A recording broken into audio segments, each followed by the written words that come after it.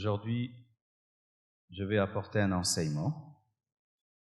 Différemment de nos autres cultes de Pentecôte où il y a beaucoup d'exubérance, aujourd'hui le Seigneur m'a dit d'enseigner sur quelque chose d'important qui est cause de déviation et de dysfonctionnement dans nos cultes, dans nos vies et dans notre marche avec Dieu et avec le Saint-Esprit.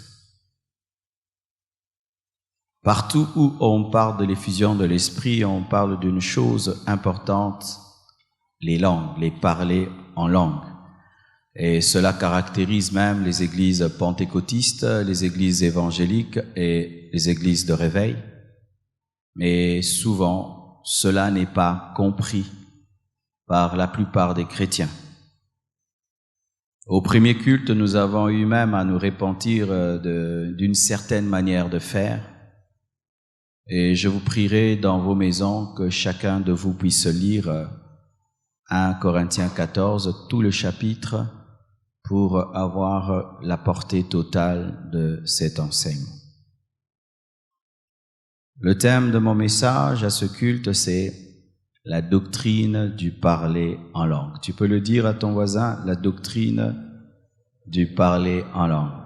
À gauche, à droite, celui qui est devant, ton voisin de derrière, ton voisin qui te sourit. Amen. Tout d'abord, qu'est-ce que le parler en langue? Déjà, c'est important parce qu'il faut déjà se mettre d'accord sur le concept. C'est quoi le parler en langue? Est-ce que c'est un charabia? Un charabia qui caractérise les églises de réveil? Est-ce que ce sont des créations, des fabrications des églises de réveil? Qu'est-ce que le parler en d'autres langues? Le parler en langue, c'est le fait de parler par l'inspiration du Saint-Esprit, c'est le fait de parler une langue des anges ou une langue des hommes par l'inspiration du Saint-Esprit. Et la précision concernant la langue des hommes, c'est que c'est une langue que tu n'as pas appris, c'est une langue que tu ne connais pas, c'est ça, parler en langue. Quand je parle français là, je ne parle pas en langue, mais si tout d'un coup, par l'Esprit de Dieu, je commence à parler l'hébreu, je commence à parler le juif, je commence à parler anglais, là je suis en train de parler en langue. C'est lorsque tu parles une langue des anges ou une langue des hommes que tu n'as pas appris par le Saint-Esprit, pas par ta volonté, pas par ta création, mais par le Saint-Esprit. Et là, déjà dans cette définition, vous allez remarquer que j'ai parlé de deux choses. J'ai parlé de la langue des hommes et j'ai parlé de la langue des anges. Certaines personnes ne croient pas qu'il y a des langues des anges. Bien-aimé, la Bible parle des langues des anges. Et de plus en plus, mon désir en tant que prédicateur, c'est d'être vraiment biblique. Biblique, vraiment, c'est vraiment devenu l'un de mes grands soucis, c'est d'être biblique. Rien que cela.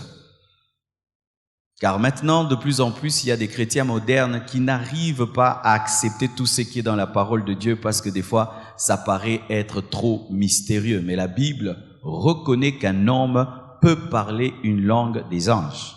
Et donc, si il y a une langue des anges, donc réellement les anges parlent en langue.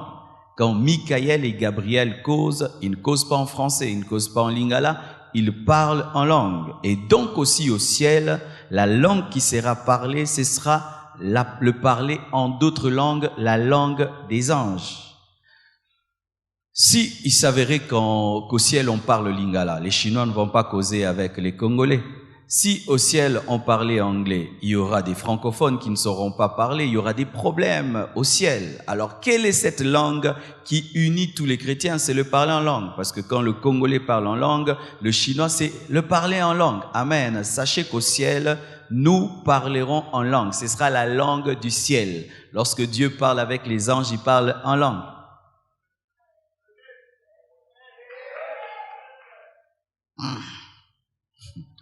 Amen. Je suis pas en train de délirer. Amen. Le parler en langue, c'est la langue des anges. Donc si c'est la langue des anges, c'est la langue de Dieu. Et pourquoi cela est la langue des anges? Si nous sommes sincères et honnêtes, nous allons remarquer que dans les langues que nous utilisons, il y a trop de limitations. N'est-ce pas que des fois, lorsque tu veux trouver vraiment le mot qu'il faut pour quelque chose en français, tu ne trouves pas, mais tu trouves ce mot en lingala. Et des fois, un mot que tu trouves en lingala, tu ne sais pas le trouver en anglais. Toutes les langues créées par les hommes sont limitées parce qu'elles ne savent pas à la perfection exprimer ce qui est dans l'homme. Amen. C'est pourquoi il y a les langues. Celui qui parle en langue ressent ceci. Il peut exprimer totalement ce qu'il ressent devant Dieu, différemment de celui qui parle en français, celui qui parle en lingala. Quand je ne priais qu'en français, en lingala, je me sentais limité dans mon expression. Mais depuis que je prie en langue, je sens vraiment que je manifeste au maximum ce que j'aimerais dire à Dieu. Amen. C'est pourquoi au ciel, la langue, c'est la langue des anges. Preuve. 1 Corinthiens 13, verset 1, nous prouve qu'il y a la langue des anges et la langue des hommes. Paul dit, « Quand je parlerai les langues des hommes et des anges, si je n'ai pas la charité, je suis un airain qui résonne ou une cymbale qui retentit. » Paul reconnaît qu'il avait la capacité de parler la langue des anges et la langue des hommes. Amen. Verset biblique clair et clair, qu'il y a la langue des hommes et il y a la langue des anges.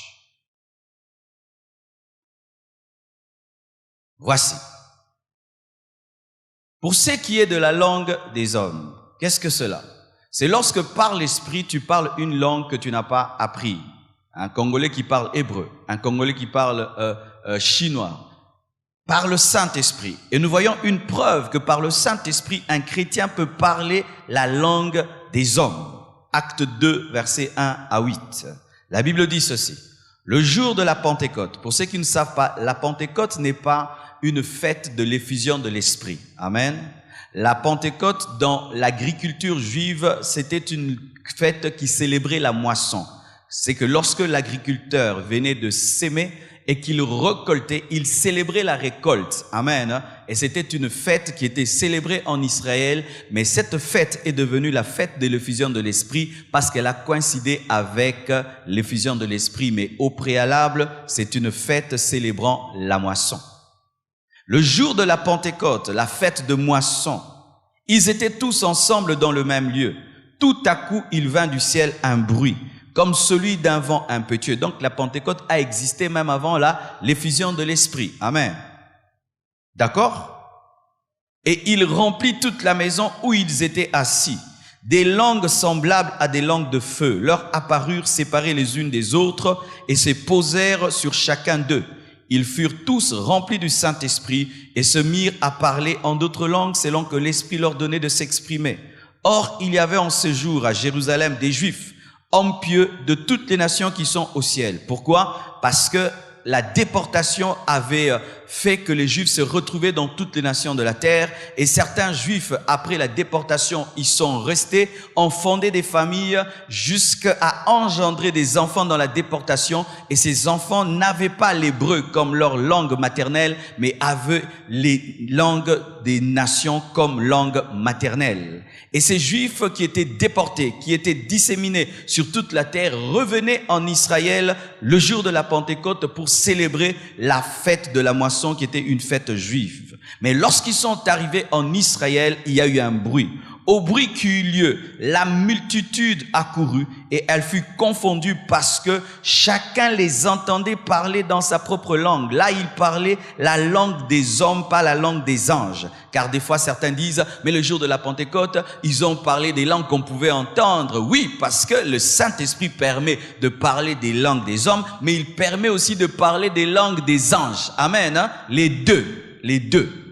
Parce que d'autres cassent les parlants langues dans les églises par ce passage, alors que Paul reconnaît qu'il peut parler la langue des hommes, il peut aussi parler la langue des anges.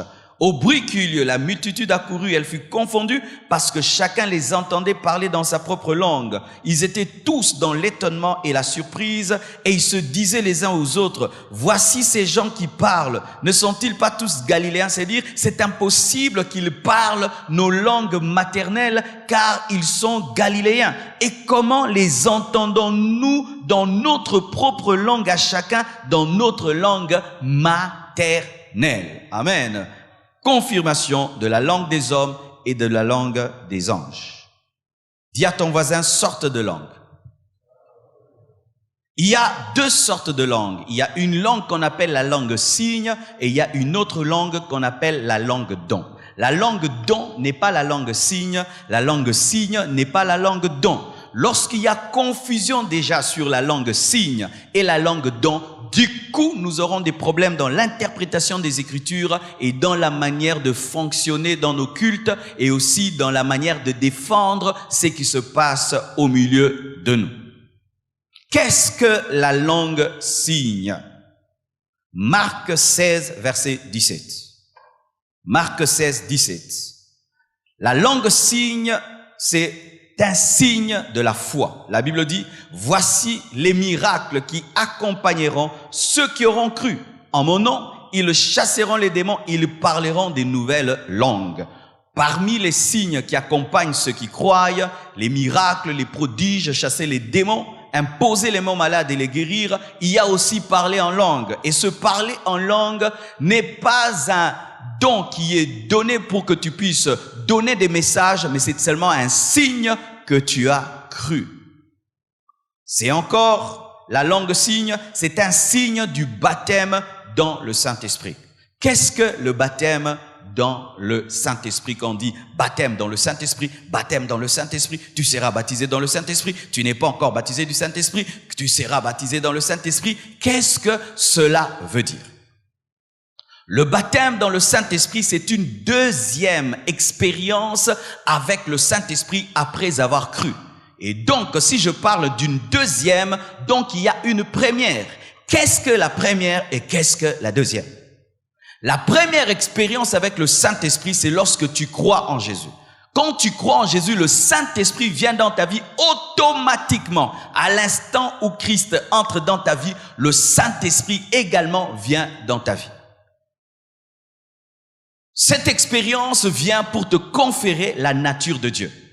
Tu reçois la nature de Dieu, tu deviens enfant de Dieu, tu nais de nouveau. Mais il y a une deuxième expérience avec le Saint-Esprit. La première expérience vient pour te donner la nature, le caractère de Dieu.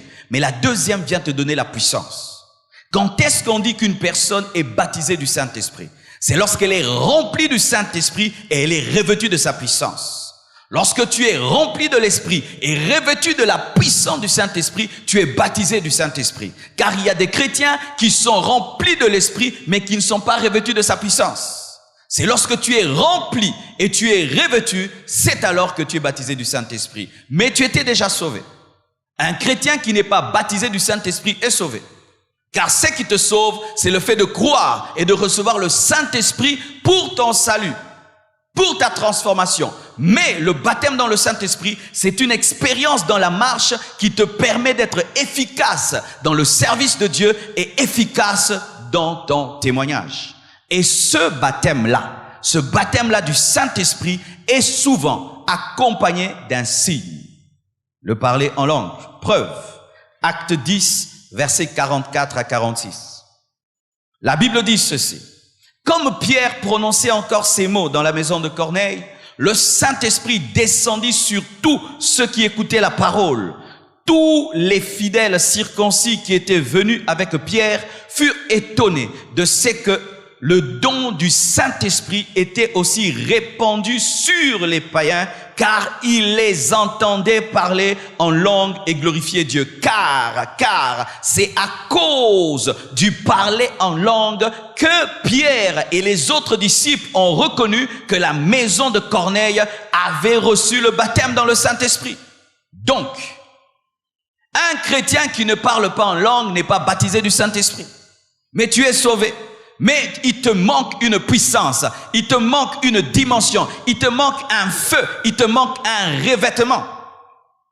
Le baptême dans le Saint-Esprit est confirmé par le parler en d'autres langues. C'est comme un bébé, lorsqu'il naît en bonne santé, qu'est-ce qu'il fait? Il pleure. Et quand quelqu'un est baptisé dans le Saint-Esprit, il parle en langue. Alléluia. Quel est le but de ce signe?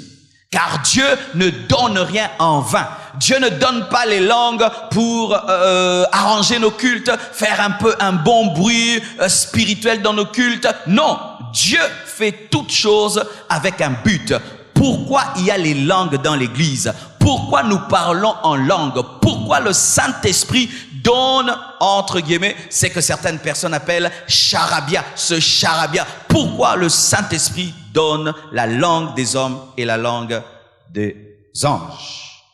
Mais retenez, nous sommes toujours dans le signe. Amen. Il y a deux sortes de langues, la langue signe et la langue don. Et je suis en train de parler de la langue signe. Pourquoi le Saint-Esprit donne la langue signe? Premièrement, pour lui dire des mystères.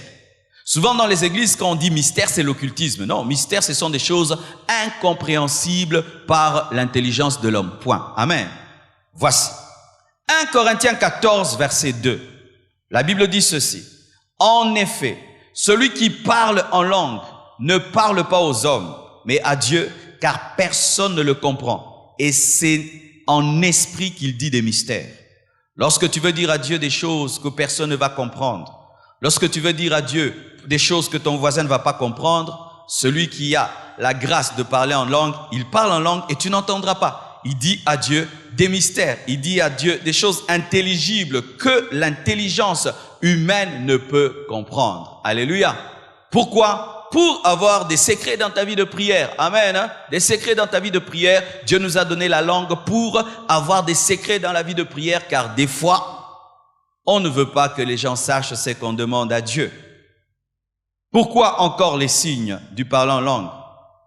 Pour prier par l'esprit et non par l'intelligence. Car nous prions de deux manières, mes frères. Nous prions avec l'esprit, nous prions avec l'âme. Parce que l'intelligence est dans l'âme. Le corps est le temple du Saint-Esprit. Dans ton âme, il y a ton intelligence. Et dans ton esprit, il y a ton adoration. Celui qui veut prier parfaitement en esprit, car la prière parfaite, l'adoration parfaite est en esprit. Jésus-Christ, parlant à la femme samaritaine, lui a dit, l'heure vient et elle est déjà venue où les vrais adorateurs adoreront le Père en esprit et en vérité. Et cette parole s'accomplit réellement lorsque l'homme adore en langue, prie en langue et rend grâce en langue. Alléluia.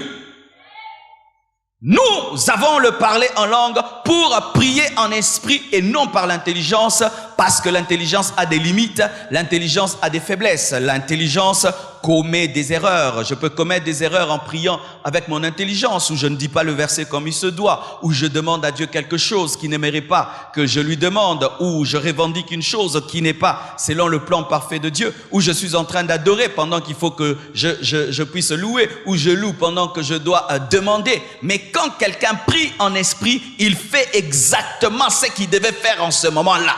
Est-ce qu'on peut acclamer Dieu pour cela? Alléluia! Prier en esprit. Mais voici ce qui arrive. Lorsque tu pries en esprit, ton intelligence est stérile. C'est-à-dire que ton intelligence ne fonctionne pas. Et le conseil que je vous donne, faites très attention, car parler beaucoup en langue peut détruire ta vie. Oui. Lorsque tu ne parles qu'en langue, mais quand tu pries, tu ne parles pas en français, en lingala, ça peut te détruire dans le domaine de l'intelligence. Ça va te faire grandir dans le domaine spirituel, mais dans le domaine de l'intelligence, tu vas diminuer. C'est pourquoi vous remarquez que les chrétiens qui prient tout le temps en langue, mais qui n'ont pas de temps aussi pour prier dans l'intelligence, mémorisent difficilement les versets bibliques. Parce que quand tu parles en d'autres langues, tu n'as pas à dire « il est écrit ». Il est écrit en langue, c'est quoi? Amen. Ça va faire maintenant que tu es efficace dans la prière, mais tu as un problème quand tu veux revendiquer avec l'intelligence. Tu n'as pas de versets mémorisés dans la prière.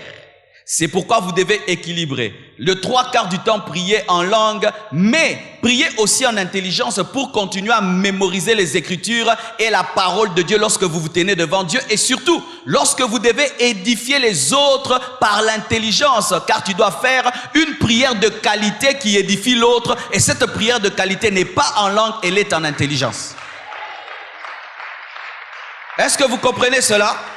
Quelqu'un qui prie avec les Écritures retient les Écritures. C'est pourquoi priez avec l'esprit et priez avec l'intelligence afin que vous puissiez développer à la fois votre esprit et votre intelligence. Vous comprenez cela? Amen. Encore. Pourquoi nous prions en langue?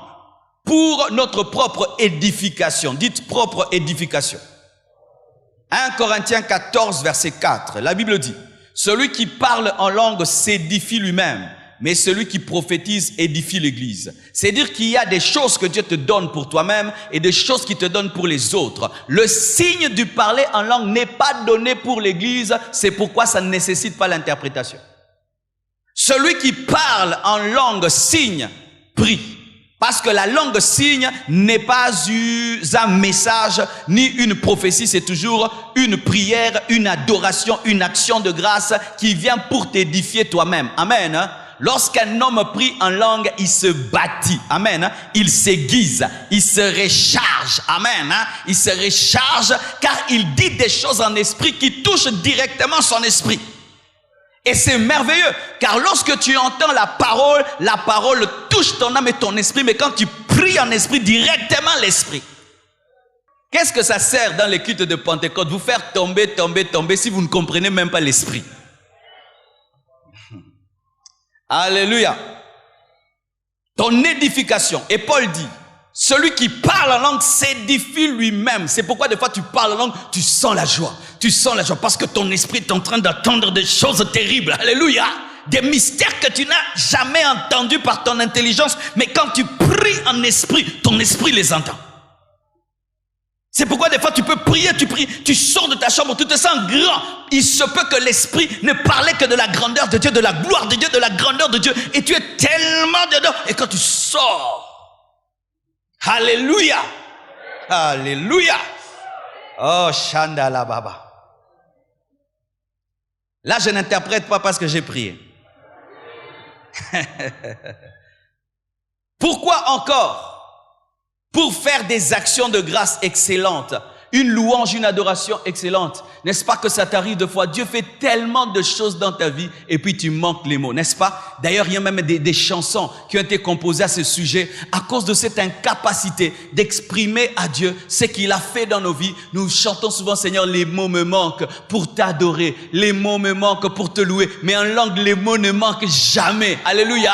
En langue, les mots ne manquent jamais. Mais en français, les mots manquent. Oui, ça m'arrive des fois, je vois ce que Dieu fait dans ma vie. J'aimerais lui dire, mais tu sens que le français ne peut, l'anglais ne peut, le swahili ne peut, le lingala ne peut. Mais quand tu parles en d'autres langues, tu sens que tu as dit ce que tu voulais dire. Pour rendre grâce avec excellence, louange avec excellence, adoration avec excellence. Écoutez maintenant. Dans le domaine du parler en langue signe, une fois que tu l'as, c'est à toi et tu peux l'exercer tout le temps. Je répète, dans le domaine du parler en langue signe, une fois que tu as le parler en langue signe, c'est à toi, tu peux l'exercer tout le temps. C'est comme rouler à vélo. Un vélo, quand tu ne sais pas rouler à vélo, il va te faire tomber, te blesser. Mais le jour où seulement tu vas essayer une fois, ok, c'est fini. Il en est de même. Une fois seulement que tu as parlé en langue, c'est fini. Tu peux parler tout le temps, quand tu veux. Maintenant, même si je veux parler en langue, je parle. N'est-ce pas? N'est-ce pas si maintenant tu veux parler en langue, tu vas parler? Ce n'est pas un péché, tu sais déjà conduire les vélos. C'est pourquoi il y a des gens qui parlent en langue seulement quand il y a une forte onction à l'église. Après, soirée de gloire, mercredi encore. Non, c'est à toi, c'est à toi, c'est à toi, c'est à toi. Tu parles quand tu veux. Tu n'inventes pas. Pour le premier jour, c'est l'esprit qui te donne. Mais après, tu sais comment collaborer avec lui pour continuer à parler. Ah, attendez, je me ré. C'est-à-dire que tu as déjà, quand tu entres dans ce réseau, tu y restes. Et puis ça commence à grandir. Ce n'est pas que tu fabriques la langue, mais c'est quelque chose, une fois seulement que tu l'as expérimenté, c'est fini. Vous qui avez perdu le parler en langue, vous ne l'avez pas perdu, il est en vous, mais vous avez un problème, vous avez une forteresse religieuse, vous pensez qu'il faut seulement un culte spécial pour parler en langue. Non, tu peux parler dans la chambre, au salon, partout, partout, tout le temps, tout le temps, tout le temps. Prier sans cesse s'accomplit parfaitement en langue. Car prier sans cesse en français, c'est pas possible, mais en langue, c'est possible. Quand Paul dit prier sans cesse, c'est comment alors?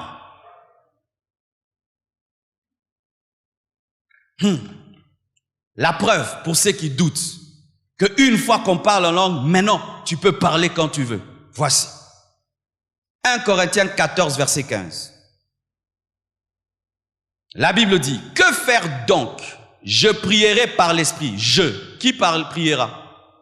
Paul, n'est-ce pas? Je prierai par l'esprit, mais je prierai aussi avec l'intelligence. Je chanterai par l'esprit, mais je chanterai aussi avec l'intelligence. Mais pas d'orgueil, mais je prie en esprit. Ramayanda Shekarababa. Je n'ai pas péché, je n'ai pas crié. J'ai déjà. Je vais chanter en esprit. Oh Rabasaya, Indalaba Shandalababa. Et puis maintenant, je prie en français. Mon Dieu, mon roi, Dieu tout-puissant. Je chante en français. Que la gloire te revienne. Je viens d'accomplir 1 Corinthiens 14, verset 15. Acclamez la parole qui s'accomplit. Donne-moi l'amen que je t'enseigne. Alléluia. Dans certains domaines, une fois que Dieu t'a donné, c'est à toi. Oui, mes frères et sœurs, c'est pourquoi beaucoup, vous ne grandissez pas dans ce domaine de prière, parce que vous attendez toujours une très très forte onction pour vous mouvoir, alors qu'il y a certaines choses, quand Dieu les a données, elles sont à toi. Amen. Retenez qu'on peut chanter en langue. Amen. Lorsque des fois vous voyez les choristes chanter en langue, ce n'est pas qu'ils pêchent ou un prédicateur vient, il commence à chanter en langue. On peut chanter en langue. Paul dit: je chanterai en intelligence et je chanterai par l'esprit. On peut chanter en langue. Voici, à présent. Le parler en langue, signe, prière ne nécessite pas l'interprétation parce que tu n'as pas besoin de l'interprétation de ma prière. Amen. Mais moi-même, je peux demander une interprétation de ma prière pour mon édification. Mais ce n'est pas que Dieu est obligé de nous donner l'interprétation de nos prières. Mais il peut te faire grâce de connaître ce que tu dis quand tu pries en langue. Mais il n'est pas obligé. Ce qui est nécessaire et exigé, c'est lorsque tu parles en langue pour donner un message, là c'est obligatoire de donner l'interprétation. Mais quand tu parles en langue pour prier, ce n'est pas obligatoire de donner l'interprétation. Et ces gens qui disent dans vos églises, vous parlez en langue, vous n'interprétez pas. Est-ce qu'on va interpréter nos prières? Alléluia. Là, ça n'exige pas l'interprétation. Mais tu peux, toi-même, dans ta vie de prière, demander. Mais des fois, Dieu vous donne même des interprétations de vos prières quand vous priez en langue, mais vous ne le savez pas. Comment cela se passe? Tu es en train de parler en langue et tu entres dans un haut niveau de la langue, car il y a niveau et niveau. Vous savez, n'est-ce pas? N'est-ce pas? Des fois, tu parles en langue, tu sais, là, je parle en langue, c'est mon réchauffement. Amen. Hein? Mais il y a d'autres langues, tu sens que c'est 4 x 4. Vrai ou faux? Alors quand tu parles, du coup tu sens l'esprit t'amener à quitter la langue, de revenir en français. Des fois c'est l'interprétation de ta prière. Mais souvent tu es tellement distrait quand tu pries que tu penses que c'est ton français, alors que là, l'esprit vient de te révéler que tu es en train de faire un combat spirituel contre des puissants de ténèbres au Maroc. Alléluia. Tu parles en langue, tu montes, tu coupes. Oh Père, sauve le Maroc. Il t'a dit pourquoi tu priais. Oui. Ah, est-ce que je peux te parler? Le problème de l'homme, nous sommes tellement mécaniques que nous pensons que l'Esprit de Dieu est mécanique. L'Esprit de Dieu peut se mouvoir dans tous les 9 dons en 1 minute. Je vais te donner un exemple. Je te regarde, je ne connais pas ton nom, je te donne ton nom. Parole de connaissance, vrai ou faux? Après avoir donné ton nom, je prie pour toi, tu es guéri. Don de guérison, vrai ou faux? Alléluia. Et quand tu es guéri, je te révèle encore qu'il y a quelqu'un dans ta famille qui est mort. Parole de connaissance. Pendant que je te le dis, il ressuscite, don de la foi. En combien de temps c'est en train d'opérer? Et puis pendant que tu es en train de témoigner, je commence à célébrer le Seigneur en langue et après je interprète la langue. Diversité de langue et interprétation, combien de minutes? C'est pourquoi moi je ne demande pas les dons spirituels. Je veux tout, au moment où il faut. Seigneur, me voici, Salagnoso. Pourquoi? Parce que si je n'ai que la parole de connaissance, le jour où j'aurai besoin du don de miracle, il ne va pas m'utiliser. Me voici, utilise-moi. Tu veux quoi? Je veux tout. Je veux tout au moment où tu veux. Quand il y a besoin de sagesse, tu me donnes la parole de sagesse. Quand j'ai besoin de connaissance, tu me donnes la parole de connaissance. Quand j'ai besoin de guérison, tu me donnes le don de guérison. Je veux tout quand tu veux. Vous devez quitter le fonctionnement humain dans les choses spirituelles. Ça va vous bloquer. Tu pries, et puis ça s'arrête, et puis ça t'amène dans une prière en français ou en lingala, mais tu sens que c'est une prière qui ne provient pas de ton intelligence, mais qui est poussée par l'esprit. Il se peut que tu es en train de recevoir l'interprétation de ta prière. Alléluia. Alléluia. Voici le mode opératoire du parler en langue signe. On peut prier tous en langue à l'église. Amen. On peut parler tous en langue à l'église. Quand il s'agit de la langue prière, la langue signe, on peut parler tous en langue. Mais, voici. Ça, j'aimerais dire à nous prédicateurs et à nous modérateurs. Avec ces micros que nous avons, la donne change. Amen. Pourquoi? Si je commence à prier en langue avec le micro, ma prière en langue n'est plus une prière en langue personnelle, elle est devenue publique. Quand la langue devient publique, la doctrine change. Quand la langue est personnelle, je m'édifie moi-même, c'est autre. Mais quand maintenant je veux édifier les autres, ça change. Est-ce que tu peux édifier les gens par une prière en langue? Non, parce que la prière en langue n'est pas une langue de message. Ainsi, nous devons arrêter de prier en langue au micro. Oui, nous devons arrêter de prier en langue au micro. Ça n'a pas de sens. Vous savez pourquoi nous ne trouvons pas que ça n'a pas de sens? C'est parce que nous regardons l'église avec l'œil du chrétien, mais nous ne regardons pas l'église avec l'œil du païen. Mais lorsque Paul parle dans 1 Corinthiens 14, il parle de l'œil du païen, qui vient parmi vous et qui vous entend parler en langue, mais il ne comprend rien, il vous considère comme des barbares. Vois-toi païen. Rentre, païen. Tu viens dans une église. Au micro. Tu vas dire, plus jamais. Il y a un homme que je ne comprenais pas au début de ma foi. C'était l'homme de Dieu, Jacques-André Vernon. Cet homme a ressuscité des morts. Il a fait marcher des paralytiques. Mais dans le culte, tu l'entendais parler en langue au micro, nassé, mais publiquement comme ça. Vraiment, tu peux compter combien de fois il l'a fait. Pourquoi? Il ne parle pas en langue pour vous démontrer qu'il a la puissance. Il vous démontre la puissance par la parole et par son ministère. Car la langue prière, c'est pour ton intimité. C'est pour ton intimité. N'est-ce pas que quand tu te promènes avec un chargeur napil,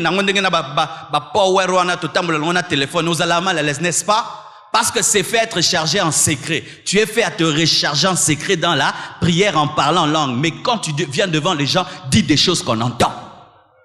Ne dites pas devant les gens des choses qu'on n'entend pas. Et quand il s'agit de la prière, est-ce que la prière est un message pour que tu puisses la dire? Voici. Quand on dit prions, tu peux parler en langue quand tu es là-bas, dans la foule. Parce que chacun prie pour sa vie. Mais quand tu montes ici devant, on dit le frère va prier pour l'église. Le fait d'une église, mes amis, le fait d'une église se révèle par la conversion des âmes. Vous voyez maintenant, j'ai parlé en lingala, eux ils étaient déconnectés. Quand tu parles en langue, tu pries en langue sans interpréter, tu nous déconnectes. J'explique. Un Chinois vient ici. On lui donne un interprète, il refuse l'interprète. Et on dit, le frère Chinchan va nous bénir à la fin du culte. Et le frère Chinchan, il dit, il n'a pas besoin de l'interprète. Il commence, tu vas dire amen?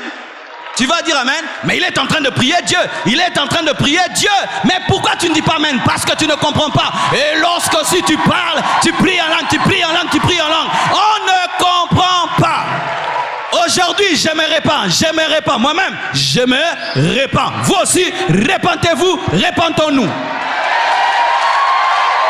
Nous nous répentons. Que Dieu nous pardonne. Amen. Hein? Un enfant de Dieu se répand tous les jours. Tu regardes la parole, tu regardes ce que tu fais, tu te répands. Je me répands. Que Dieu me pardonne. Pendant que j'ai composé cette prédication, je me répantais.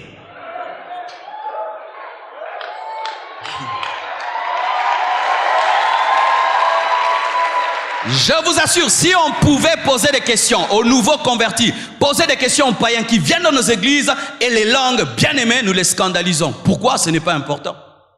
La personne te suivait quand tu chantais en français, elle chantait. Je veux chanter et louer. Elle chante.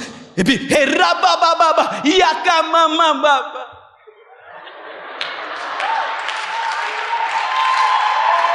Oui, et nous mettons même les langues dans des chansons. On enregistre une langue au studio. Nous enregistrons des langues au studio. Que Dieu nous pardonne. Nous enregistrons des mystères. Toi-même, tu sais que toi-même, tu ne comprends pas ce que tu as dit. Toi-même, tu sais que ce que j'ai prié, je ne sais pas. Mais malgré ça, tu mets ça. Maintenant, c'est lui qui va écouter. Il va écouter quoi? C'est pourquoi même nous commençons à chanter les langues des gens dans les chansons. Nous devons appliquer les Écritures. Nous devons appliquer les Écritures. La longue prière, c'est pour ton édification. Pour ceux qui doutent, lisons la Bible. Lisons la Bible. Paul. Non, il m'a choqué aujourd'hui. Hein. Chaque jour que tu liras la Bible, tes yeux s'ouvriront. Ne lis jamais la Bible comme si tu la connais. Tu ne vas plus voir. 1 Corinthiens 14, versets 15 à 16. Voici ce qu'il dit. Que faire donc? Je prierai par l'Esprit, mais je prierai aussi avec l'intelligence. Je chanterai par l'Esprit, mais je chanterai aussi par l'intelligence. Autrement, si tu rends grâce par l'Esprit, comment celui qui est dans les rangs de l'homme du peuple répondra-t-il amen? Paul. Comment répondra-t-il amen à ton action de grâce puisqu'il ne sait pas ce que tu dis? Paul. Oh, acclamons la parole.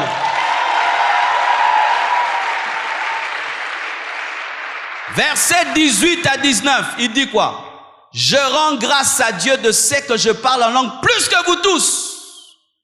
Mais dans l'église, j'aime mieux, parce que quand on dit j'aime mieux, c'est-à-dire que c'est toi qui contrôle.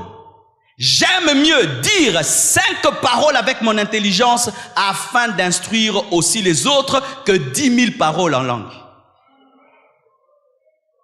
Et écoutez un peu le contexte. Paul parle en langue plus que toute l'église de Corinthe qui est une église des dons spirituels. Donc, vous ne pouvez pas savoir à quel point il parle en langue. Mais il dit, ça c'est dans le secret. Il parle en langue plus que tous. Mais quand il vient en public, il préfère mettre de côté cette capacité et parler 5 phrases dans une langue qu'on peut comprendre que 10 000 dans une langue qu'on ne peut pas comprendre, afin d'édifier tous. Paul, pourquoi? L'efficacité.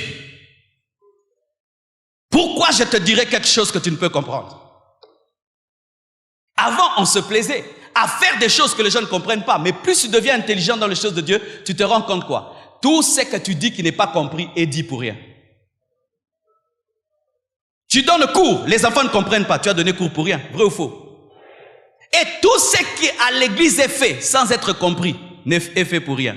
Que ce soit les langues, les chansons, tout ce qui n'est pas compris est fait pour rien. Et Paul préférait dire 5 choses qu'on peut comprendre au lieu de dire 10 000 choses qu'on ne peut comprendre, même si les choses incompréhensibles sont supérieures. Je donne un exemple. Tu sais qu'une nourriture est bonne, mais tu sais que l'enfant ne peut la manger. Tu préfères lui donner la bouillie parce que tu préfères qu'il mange la bouillie au lieu qu'il puisse vomir la viande. Je sais que la viande est supérieure à une nourriture, mais je sais que si je te la donne, tu la vomis. Je préfère te donner une nourriture basse, au moins elle, tu vas l'ingurgiter. 10 000 paroles en langue non comprises sont inférieures à 5 paroles comprises. Et que Dieu vous bénisse, c'est plus. Parce que tu as entendu. Mais c'est efficace dans la prière secrète. Amen, hein? Dans la prière secrète. Nous devons arrêter à l'église, venir montrer tout. Car il y a des choses qui se cachent. Mais quand tu sors, tu démontres la puissance dans des choses qu'on entend. Mais dans le secret, tu as fait même 10 heures en train de parler en langue. Surtout pour nous qui montons ici. Car je vous assure, un païen, déjà n'est jamais venu à l'église, jamais de sa vie. C'est la première fois qu'il met. Déjà la parole qu'il comprend là l'énerve. Quand on lui parle en français, déjà il ne comprend rien à la Bible. Maintenant tu ajoutes maintenant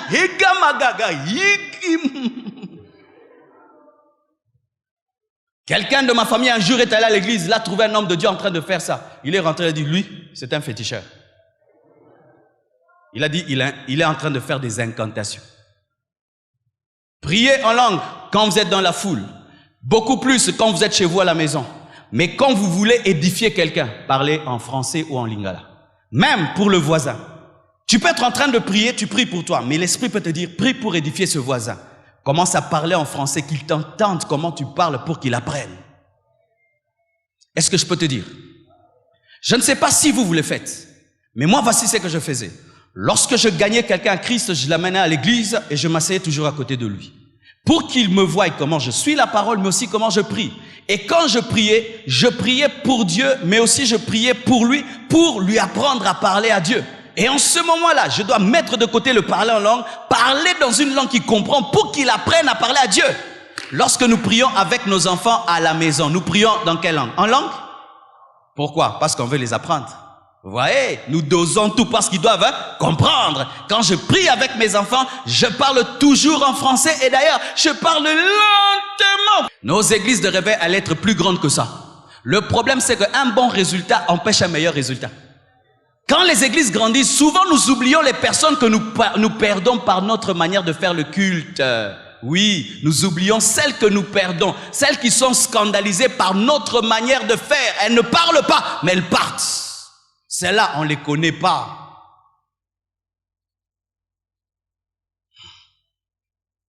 Ok. Je sais que ce sera difficile à changer. Mais faisons l'effort. Amen. Quand tu emmènes la prière, tu commences. Reviens en français. Amen. Hein? Reviens en français. Reviens en lingala. Reviens dans une langue qu'on comprend. Deuxième sorte de langue. Dites diversité de langue. 1 Corinthiens 12, versets 8 à 10. La Bible dit ceci.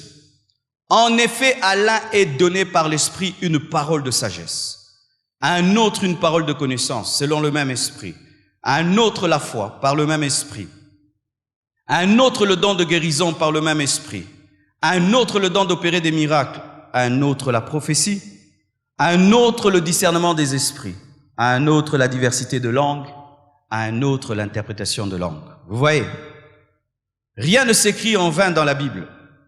On cite la diversité de langues et l'interprétation de langues en bas. Pourquoi l'interprétation de langue est le dernier don qui est présenté? Parce que c'est un don dépendant.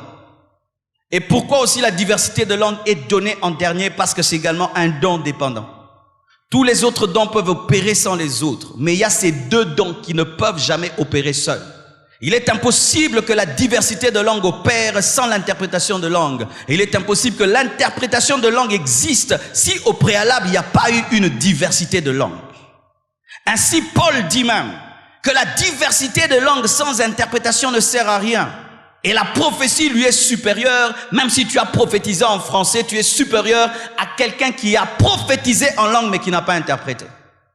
Quelqu'un qui prophétise en français est supérieur à quelqu'un qui prophétise dans la langue s'il n'y a pas d'interprétation. Et si il prophétise en langue et il y a une interprétation, alors c'est égal à la prophétie. Voici. Qu'est-ce que le don de diversité de langue qui est différent du signe? Le signe est là pour prier, mais le don de diversité de langue n'est pas là pour prier. Il est là pour parler de la part de Dieu. Il est là pour prophétiser. Amen. En soi, c'est un don de prophétie, mais en langue. Amen. Voici. Un don vocal, le don de diversité de langue, c'est un don vocal. Pourquoi je dis vocal? Parce qu'il passe par la bouche.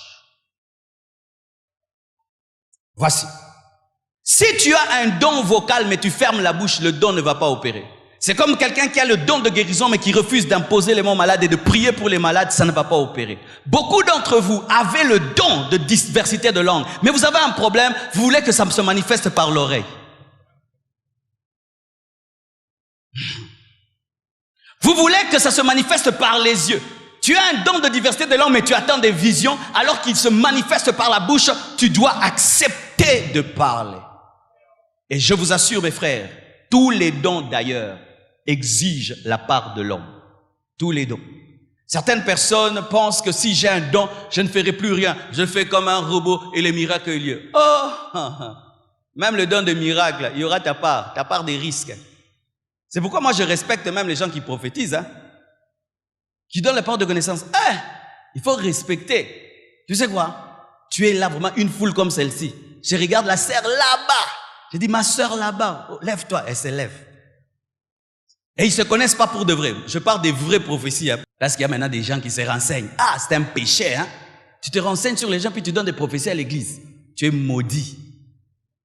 Et je la regarde. Je dis, ton nom c'est. Hein? Tu es courageux. Et il dit, Dieu me dit, ton oncle s'appelle tel, tu habites telle adresse. Et puis la personne, non, non, non, j'habite pas Kingabois, j'habite Limete. Non, ça. Non, il faut les acclamer déjà pareil. Non, non, ils sont courageux. Même pour le don de miracle. Vous voyez des fois quand on témoigne, non, il y a un parti qui a marché. Frère, le risque qu'il y avait, j'ai déjà prié, des paralytiques ont marché et tout. Mais une fois aussi, j'ai prié 2 ou 3 fois. Ça n'a pas marché. Si j'étais déjà arraché, je ne m'occupe pas de toi. Je continue à prier pour les autres. Là que Sion, les autres se débrouillent avec toi. Moi, je continue.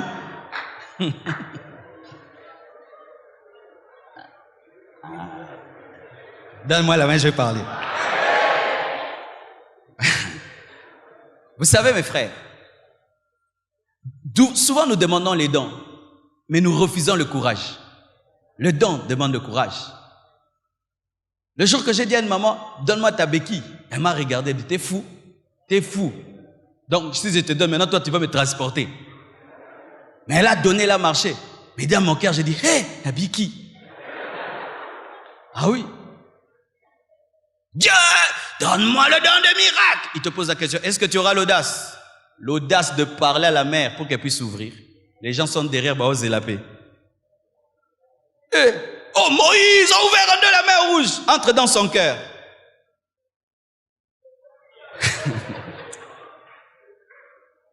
Et Simba, te uzonganda. Bando peso kombo. Tata Moïse n'a pas maïnae.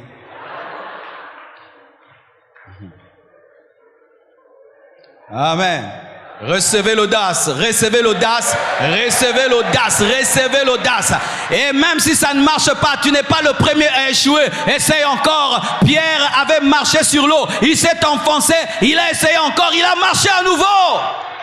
Tous ces grands serviteurs de Dieu dont vous entendez parler, Renard Bonk et Bénin, ils ne réussissent pas toujours. Des fois, il y a 300 paralytiques. Il n'y a que 50 qui ont marché. Les 250 rentrent par la petite porte. Mais c'est ça dans le ministère. Tu exerces, tu fais une croisade d'évangélisation. Il y a 300 paralytiques. Il n'y a que 10 qui marchent. Filme seulement les 10. Les autres ne les filment pas. Tu n'es pas venu pour montrer l'échec.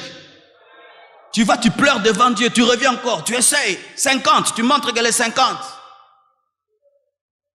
Et celui qui dit que tu n'as pas la foi, donne-lui les autres qui n'ont pas marché, qu'il les fasse marcher, comme lui il a plus de foi.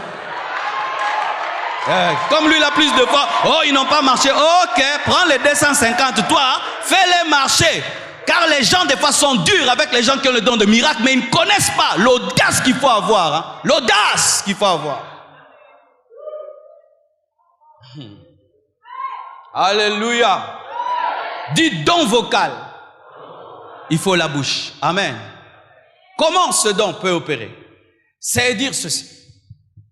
Pour le don de signe, une fois que tu l'as, si on dit prions, tu vas le manifester, mais pas le don de diversité de langue. Le don de diversité de langue, on ne décide pas de le manifester. Il est comme la prophétie. On ne décide pas de prophétiser. C'est Dieu qui parle et puis toi tu dis. Alors voici comment le don de diversité opère. Nous sommes là en train de prier. En français, en langue, la langue signe prière. Et tout d'un coup, il y a un calme. Ou peut-être tous nous prions et la personne aussi qui a la diversité de langue prie. Elle attendra que tout le monde se calme pour se manifester. Pourquoi? C'est un message. Pour ce qui est de la prière, nous pouvons prier tous ensemble. Mais pour ce qui est du message, il faut de l'ordre. Il faut que l'un prophétise et que l'autre interprète. Il faut que l'un prophétise et l'autre juge. Donc, si après que nous ayons prié et qu'il y a un silence dans l'église et toi tu commences à parler en d'autres langues, il est supposé que c'est une diversité de langues. Et donc, nous t'enlevons du groupe prière, nous t'amenons dans le groupe prophétie et nous attendons entendre ce que Dieu va dire. Alors, si tu parles en langue, mais tu n'interprètes pas, tu dois te taire. Pourquoi? Tu es un barbare. Tu parles chinois. Voici comment il faut faire à présent. Si quelqu'un manifeste le don de diversité de langue et prophétise, pendant que tu le fais, tu dois prier comme le dit la Bible, qu'il prie pour interpréter. Tu demandes à Dieu la capacité d'interpréter. Et si personne ne le fait, tu demandes à Dieu de donner à quelqu'un d'autre l'interprétation. C'est quand vous voyez quelqu'un, il y a le silence dans la salle et il commence à parler en langue, et après il commence à parler en français, il est en train d'interpréter ce qu'il a dit en français. Si ce n'est pas une prière. Car certains, nous restons calmes, nous pensons qu'il a reçu une diversité de langues, et pendant qu'il est en train de parler, on s'attend qu'il va interpréter. Vous entendez, oh Père, agis dans ma vie, sauve ma famille. Ça, ce n'est pas une prophétie. Tu as parlé à haute voix, mais dans les signes, mais pas dans le don. Vous comprenez ce que je dis? Élève la voix dans l'église en parlant en langue quand tu es sûr que tu as un message. Mais si c'est une prière, prie dans le calme parce qu'on n'a pas besoin d'entendre ta prière. Alors pendant que nous attendons ton interprétation, tu ne donnes pas un message où Dieu nous parle, mais une prière, ce n'est pas le don de diversité de langue, c'est le signe. Mais il peut se faire que celui qui parle la diversité de langue n'a pas le don d'interprétation, car ça arrive que tu n'as pas tout. Tu dois maintenant dans l'église te disposer à recevoir son interprétation. Mais le problème dans les églises, c'est que les gens viennent tout en étant distraits, concentrés sur eux-mêmes, alors que tu dois être sensible à ce qui se passe dans la salle. Et tu peux dire, Seigneur, je sens que ce frère est en train de prophétiser dans la diversité de langues, mais n'a pas l'interprétation, donne-la-moi, et Dieu peut te donner.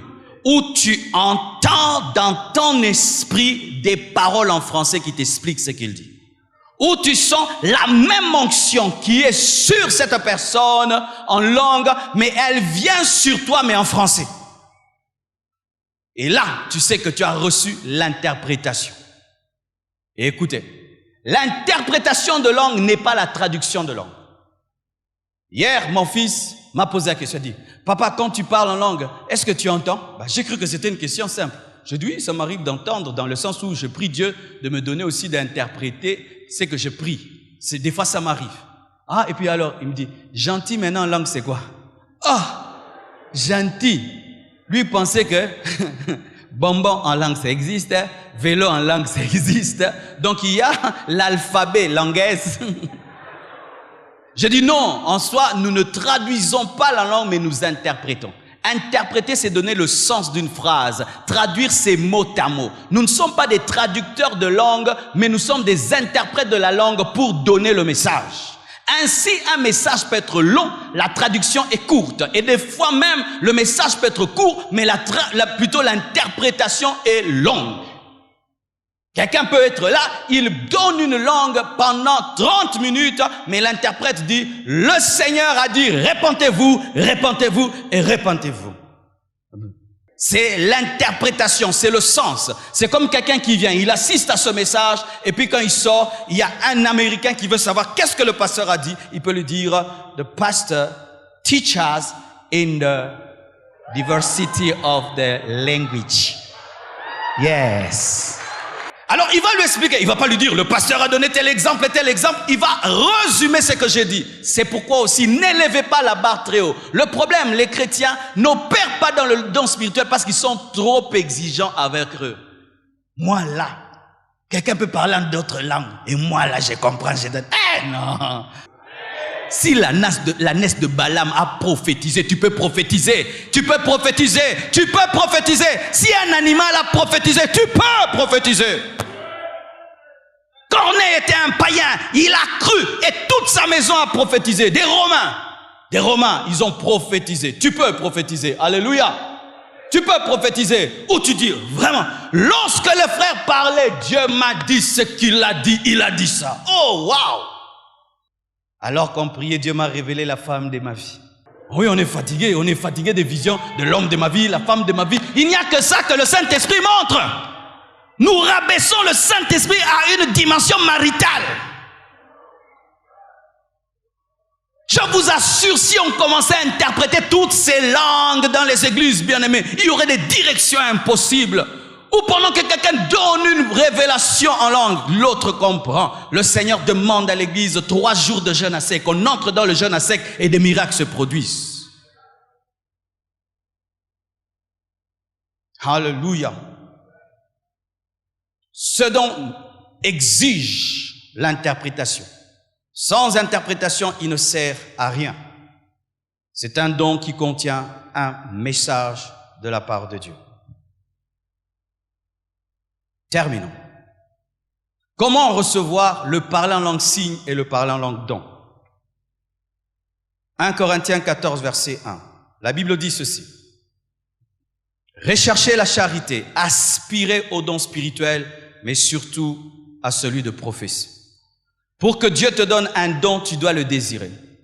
Si tu ne le désires pas, il ne va pas te le donner parce que tu ne vas pas l'utiliser et tu ne vas pas en profiter et en faire surtout profiter l'Église. Tu dois aspirer. Et dans le terme aspirer, il y a la pensée de prendre ce qui est au dehors et l'amener dedans. Tu dois être quelqu'un qui désire quelque chose de plus. Tu dois désirer. Même si ça a duré. Même si on a prié pour toi plusieurs fois, tu dois continuer à aspirer. Amen. Et 2 Timothée 1, verset 6 nous dit, c'est pourquoi je t'exhorte à ranimer le don de Dieu que tu as reçu par l'imposition des mains. On peut recevoir le don de langue, de diversité de langues, de signes, par l'imposition des mains. Et d'ailleurs, c'est ainsi que les apôtres opéraient dans l'église primitive. Lorsqu'ils voulaient que quelqu'un soit baptisé du Saint-Esprit avec le signe du parlant d'autres langues, les apôtres imposaient les mains.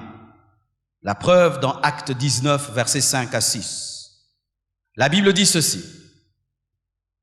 Sur ces paroles, ils furent baptisés au nom du Seigneur Jésus. Lorsque Paul leur eut imposé les mains, le Saint-Esprit vint sur eux et ils parlèrent en langue et prophétisaient. Alléluia. L'imposition des mains permet à ce qui est le baptême du Saint-Esprit avec le signe du parlant d'autres langues. Le baptême aussi d'eau. Nous remarquons ici à la Compassion, la plupart des gens qui sont baptisés du Saint-Esprit, c'est le jour de leur baptême d'eau. Le jour qu'ils entrent dans l'eau, certains même avant même qu'on les plonge dans l'eau, sont baptisés du Saint-Esprit.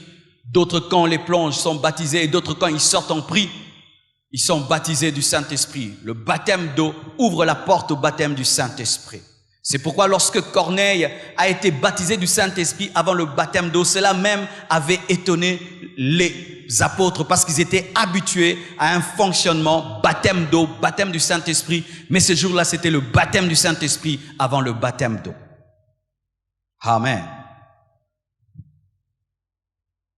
Mais une chose capitale, pour recevoir les dons spirituels, tu dois recevoir Jésus. Quelqu'un qui n'a pas Jésus-Christ ne peut pas recevoir les dons du Saint-Esprit. Celui qui n'est pas disciple de Jésus-Christ ne peut pas parler en langue. C'est pourquoi je suis contre tous ces païens qui imitent les parlants en langue et qui les mettent même dans leurs chansons. C'est une abomination. Amen. Hein? C'est une abomination même lorsque les païens imitent les parlants en langue dans leur théâtre. C'est une abomination. C'est une abomination. Et nous, les chrétiens, ne devons pas nous réjouir de voir des païens en train de brader un don aussi important dans leur théâtre et dans leurs chansons. Et sachez encore, tout don spirituel qui se manifeste sans recevoir Jésus est un démon. Si tu es dans une famille dans laquelle il y a un don de guérison qui opère de père en fils sans que vous ayez cru en Jésus-Christ, c'est démoniaque. Il y a ces familles-là qui ont une grâce démoniaque. Si tu te casses, ils te touchent, tu es guéri. Dans d'autres familles, ils peuvent connaître le futur, mais ils n'ont pas le don du Saint-Esprit, ils n'ont pas le Saint-Esprit. C'est un esprit de divination. Et si, avant que tu ne croies en Jésus-Christ, tu guérissais les gens sans être chrétien, ne continue pas dans ce même sens. Il faut que tu sois libéré de ces démons, de peur que ces démons continuent à agir et on pense que c'est le Saint-Esprit. Si lorsque tu étais païen, tu voyais des choses et tu voyais, ne pense pas que l'Esprit de Dieu va continuer. Il va arrêter ça pour te donner ce qui est véritable. Alléluia. Pour recevoir les dons, tu dois recevoir Jésus. Pour recevoir le don, tu dois avoir le Saint-Esprit. Des fois aussi, pour recevoir les dons, il faut être dans l'atmosphère du don. La Bible nous dit, alors que Saoul n'était pas un prophète, il s'est retrouvé avec une garnison de prophètes et il a commencé à prophétiser. Et les gens posaient la question, est-ce que Saoul est aussi l'un des prophètes? C'est pourquoi dans une église, lorsqu'il y a un don qui agit, vous voyez, il se manifeste facilement dans tous les fidèles. Si vous voyez, il y a un don de guérison, vous allez voir les fidèles aussi opérer dans la guérison. S'il y a un don de diversité de langues, vous allez voir, ils opèrent. C'est pourquoi vous voyez la compassion, les gens sont baptisés du Saint-Esprit très facilement parce que la plupart d'entre nous parlent en langue. Mais si tu vas dans une église où c'est froid, c'est coincé, où si tu parles en langue, on te suspend. Ah oui, je connais des églises comme ça. C'est interdit de parler en langue. Tu vas voir que les dons ne vont pas opérer. Il faut être dans une atmosphère. Aussi, il faut avoir un but pur. Amen. Dites but pur.